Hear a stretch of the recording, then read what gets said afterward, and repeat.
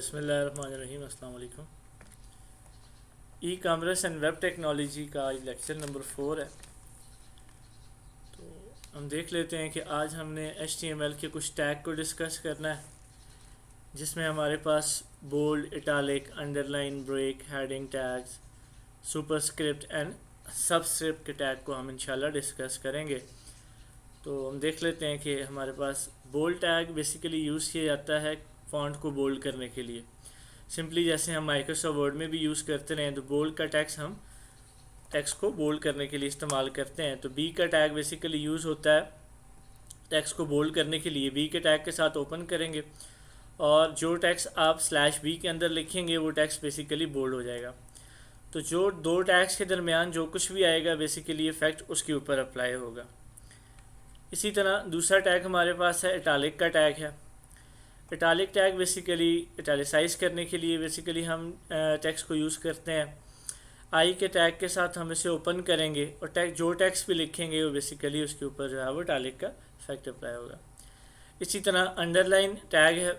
Text को underline करने के लिए यू के साथ रिप्रेजेंट करते हैं, यू के साथ ओपन करते हैं, /u के साथ क्लोज करेंगे और जो टेक्स्ट दरमियान में आएगा वो टेक्स्ट अंडरलाइन होगा। इसी तरह ब्रेक का टैग है। Break tag is used to break the line and the BR tag is used when we want to end a line. The BR tag is an empty tag, it has not a closing tag. जैसे हमने पहले भी singular और pair tag की बात करी थी, उसमें हमने एक सिंगुलर टैग पढ़ा जिसका कोई क्लोजिंग टैग नहीं होता। तो ब्रेक टैग बेसिकली हमारे पास एक सिंगुलर टैग है। जब भी आप कोई टेक्स्ट लिख रहे हो और कहीं से लाइन को ब्रेक करना चाह रहे हैं तो बेसिकली आप BR का टैग यूज़ करेंगे। जैसे यहाँ पे हमने हेलो वर्ल्ड लिखा और ब्रेक का टैग यूज़ करा, वेलकम टू ऑनलाइन क्लासेस। अब हेलो वर्ल्ड बेसिकली हमारे ब्राउज़र में एक लाइन पर डिस्प्ले होगा और welcome to the online classes हमारे पास दूसरी लाइन पे शो होगा। उसके बाद हमारे पास हेडिंग के टैग हैं। Heading tag is use to make the text heading and there are 6 heading tag is defined in HTML. H1 define the largest heading and H6 define the smallest heading. Basically हम अपने page के अंदर अगर कोई heading देना चाहें तो हमारे पास यहाँ पे 6 टैग्स अवेलेबल है हेडिंग के, H1, H2, H3, H4, H5 and H6। Basically हमारे पास जो सबसे बड़ा हेडिंग का टैग है वो H1 है। इसी तरह साइज़ में H2 जो है वो छोटा है H1 से, फिर H3, H4, H5 और देन सबसे लास्ट में हमारे पास है H6। तो 6 हेडिंग के टैग्स हैं हमारे पास। देन हमारे पास सुपरस्क्रिप्ट का टैग है और सबस्क्रिप्ट का टैग है। जैसे हमने माइक्रोसॉफ्ट वर्ड में भी करा था कि सुपरस्क्रिप्ट जो है वो हमारे पास वैल्यू को पावर में लेके जाता है और सबस्क्रिप्ट बेस में लेके आता है। तो सुपरस्क्रिप्ट हम बेसिकली SUP के साथ रिप्रेजेंट करते हैं और जो टेक्स्ट हम लिखेंगे वो हमारे पास एज अ सुपरस्क्रिप्ट डिस्प्ले होगा। और सबस्क्रिप्ट हमारे पास बेस में लाने के लिए टेक्स्ट को तो SUB सब का टैग हम यूज़ करते हैं, तो हम उस वैल्यू को सबस्क्रिप्ट कर लेते हैं। तो हम इसे जाके अभी यूज़ करके देख लेते हैं। तो कल हमने जो फ़ाइल बनाई थी यहाँ पे हमारे पास मौजूद है index.html के नाम से। तो हम उसी फ़ाइल को एडिट करके उसी फ़ाइल पे काम करना चाहते हैं। तो मैं क्या करूँगा, उस पर राइट क्लिक करके ओपन विथ कर लूँगा। ओपन विथ में मैंने सबलाइम टेक्स्ट एडिटर में उसे ओपन कर लेना है। तो ये मेरे पास वो तमाम चीज़ें जो हमने लास्ट टाइम में करी वो हमारे पास यहाँ पर मौजूद हैं। इसका आउटपुट भी मैं आपको दिखा देता हूँ कि ये जो हमारा प्रोग्राम था जो कल हमने करा था वो हमारे पास यहाँ पे मौजूद है। अब हम उन टैग्स को यूज़ करेंगे जो टैग्स अभी हमने पढ़े हैं, जिसमें हमारे पास जो है वो सबसे पहले टैग है बोल्ड का टैग। लेट्स सपोज मैं इसी टेक्स्ट से पहले B का टैग लगा देता हूँ और जहाँ तक मैं टेक्स्ट को बोल्ड करना चाहता हूँ वहाँ तक मैं /B कर दूँगा।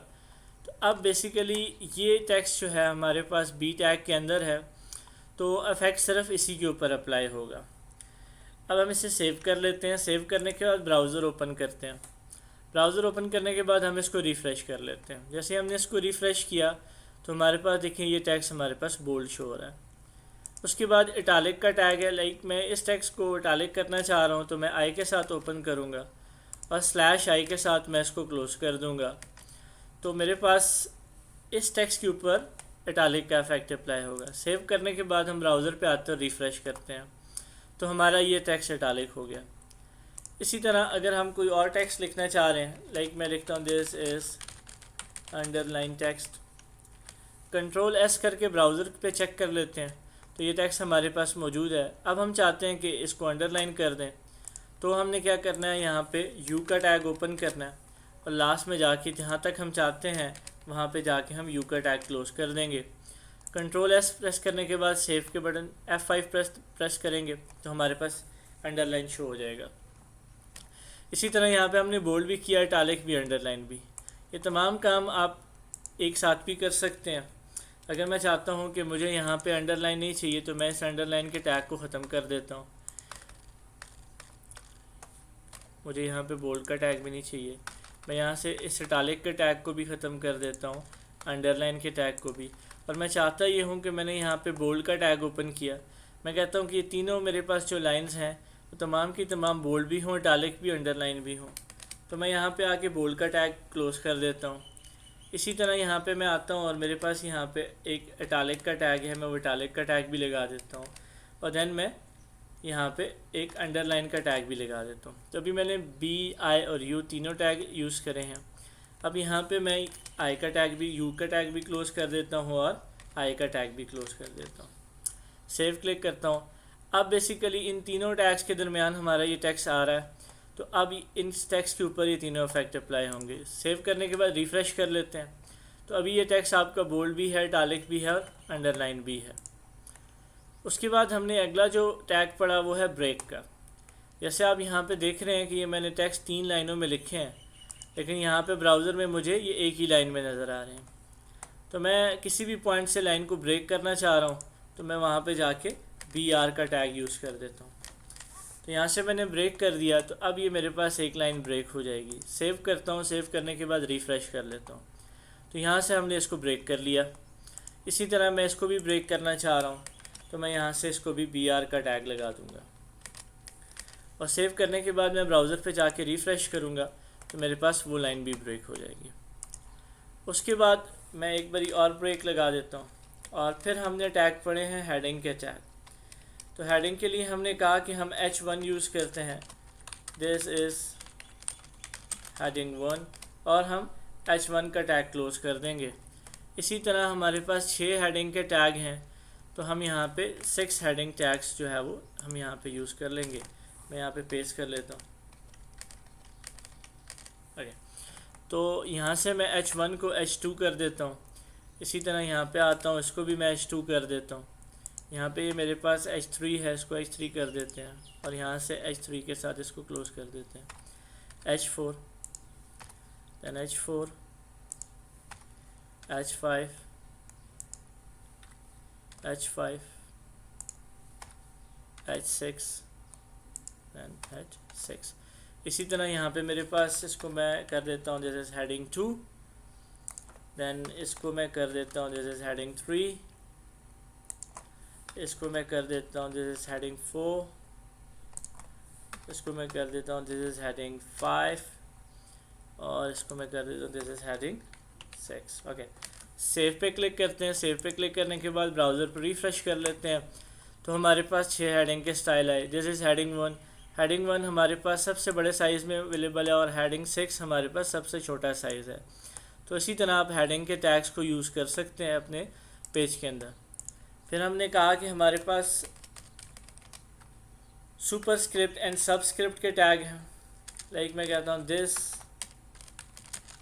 Text is superscript. ओके, अब मैं क्या चाहता हूँ कि मैं ये जो सुपरस्क्रिप्ट लिखा है इसको मैं सुपरस्क्रिप्ट का टैग लगा देता हूँ। इसको मैं पावर में ले आता हूँ, तो मैं टैग लगा दूँगा SUP, और जिस टेक्स्ट पे आपने इफेक्ट अप्लाई करना है वहाँ पे टैग ओपन करेंगे और उसके बाद आप टैग को क्लोज़ कर देंगे तो इफेक्ट उसी पे अप्लाई होगा।